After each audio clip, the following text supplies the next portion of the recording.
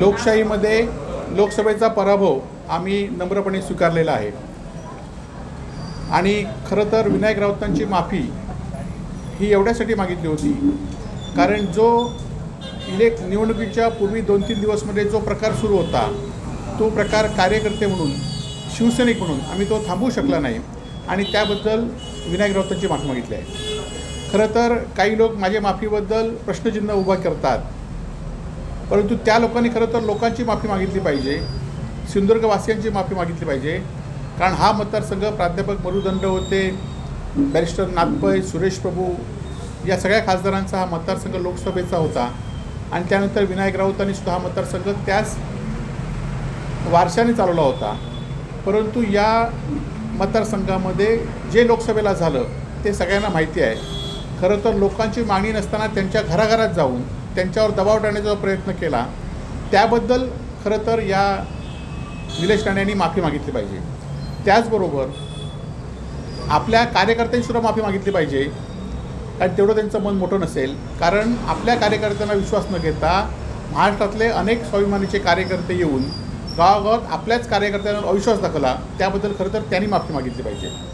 आज खरं तर जास्त काही बोलत नाही, परंतु खरं तर केंद्रीय मंत्री म्हणून नारायण गेले 4 वर्ष होते आणि केंद्रीय मंत्री असताना त्यांना फक्त सिंधुदुर्ग जिल्ह्यातच मताधिक्य मिळालं आणि म्हणून त्यांचं मंत्रिपद वंचित राहिलं की काय, हा खरा प्रश्न आहे। आणि येणाऱ्या निवडणुकीमध्ये आम्ही त्याच ताकदीने निवडणूक लढू। खरं तर लोकांचा जो विश्वास आहे तो आमच्यावर कालही होता, आजही आणि उद्या असेल असा आम्हाला विश्वास या ठिकाणी आहे। आणि भारतीय जनता पार्टीच्या खरं तर आज 4 मंत्री या जिल्ह्यामध्ये असतानासुद्धा त्यांना लोकांवर दबाव का टाकावा लागला, जे व्हिडिओ आले ते का करण्यात आले, याचं खरं तर आत्मपरीक्षण करून त्यांनी त्याबद्दल माफी मागितली पाहिजे अशी आपल्यामार्फत त्यांना विनंती आहे। असं खरं तर असं अनेकदा त्यांनी सांगितलं आहे, परंतु उद्धव ठाकरे आता कालच त्यांनी सांगितलं की आता पुन्हा एकदा विधानसभेचं रणशिंग फुकणार आहे। लोकसभेमध्ये नितेश राणे आणि त्यांनी सगळ्यांनी मोदींवर मतं मागितली होती आणि आम्ही उद्धव ठाकरेंवर मतं मागितली होती आणि आता महाराष्ट्राची विधानसभा आहे, विधानसभेच्यामध्ये पुन्हा एकदा उद्धव ठाकरेंना मुख्यमंत्री करण्यासाठी ज्या पद्धतीने महाराष्ट्रामध्ये आता उद्धव ठाकरे दौरा करत आहेत तसाच दौरा आता पुन्हा येईल, त्यावेळी त्यांची हिंमत असेल तर तो दौरा अडून दाखवा। ते असं म्हणतायत की जर उद्धव ठाकरे शिवसेना जी आहे, नाही खरं तर आज उद्धव ठाकरेंचा पक्ष, त्यांची निशाणी हे सगळं काढून त्यांच्यावर अनेक तक्रारी, त्यांच्या कार्यकर्ते असतील त्या कार्यकर्त्यांवर दबाव, 50 खोके देऊन सुद्धा आज उद्धव ठाकरेंनी एक हाती लढत देऊन आज महाविकास आघाडीच्या राज्यामध्ये 31 जागा आल्यात आणि त्याचं खरं श्रेय सगळ्यांनीच उद्धव ठाकरेंना दिलेलं आहे।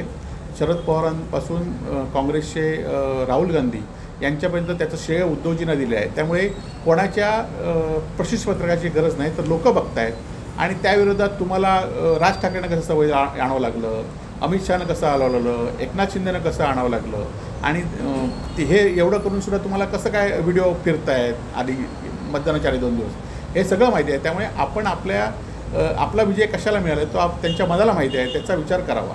खरं तर आम्ही सांगितलं की माफी आम्ही कशासाठी तरी मागितली पाहिजे, तर हा प्राध्यापक मरुदंड होते, नाथपै, सुरेश प्रभू यांचा मतदारसंघ होता आणि सिंधुदुर्ग जिल्ह्यातल्या कुठल्याही भाजप कार्यकर्त्यांनी आपल्या गावात जाऊन सांगावं, त्या गावात आम्ही येतो की या गावामध्ये आम्ही फक्त आमच्या विरोधात किंवा विकासाच्या मुद्द्यावर निवडणूक लढवली।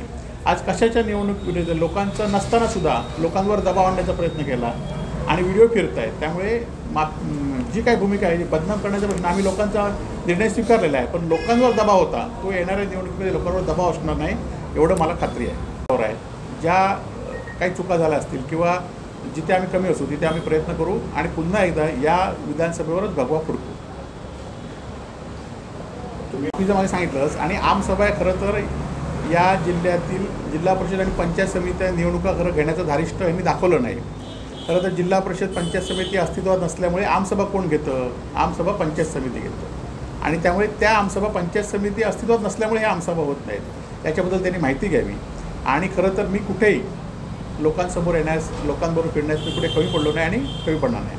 खरं तर हे जे आरोप करत आहेत त्यांना माझी एवढाच सल्ला आहे की येणाऱ्या 3 महिन्यामध्ये विधानसभेची घोषणा होईल त्यावेळी तुम्हाला भाजपचं तिकीट नाही मिळाल्यानंतर तुम्ही कशा भारतीय जनता पार्टीला शिवाय घालतायत किंवा तुमची भूमिका त्यावर कशी असेल याची मी वाट बघतो. निवडणुकीमध्ये जी आश्वासनं दिली होती, केंद्रीय मंत्री नारायण राणे म्हणून सांगितलं होतं की 25,000 लोकांना जर्मनीला पाठवणार आहे म्हणून. केसरकरांनी सांगितलं होतं की सगळे शिक्षक आपण भरणार आहोत. आज 50% शिक्षकांची जागा आजही रिक्त आहे. आज सगळ्या मुलांना शालेय वाटपाचं झालं नाही आहे. आज पावसाळा खरं तर लांबला आहे. एवढा पावसाळा कधीच कोकणात लांबला नव्हता. कुठल्याही कृषी अधिकाऱ्याला सांगितलं नाहीत की या पावसाळा आल्यानंतर पेरणी किती झाली आहेत, किती हेक्टरमध्ये पेरणी झाली आहे, दुबार पेरणी करावी लागेल की काय, असं कुठलाही आदेश कृषी विभागाला अजूनही दिले नाहीत. आणि त्यामुळे खरं तर हे राजकारण करणार आहेत. राजकारणामधनं स्वार्थ आणि पैसा याचा वापर करण्यात ही आरोप प्रत्यारोप करण्यात उठले आहेत. पण सर्वसामान्य लोकांच्याकडे प्रश्न नाहीत, सर्वसामान्य लोकांकडे उत्तरं नाहीत. ही मात्र वस्तुस्थिती आहे.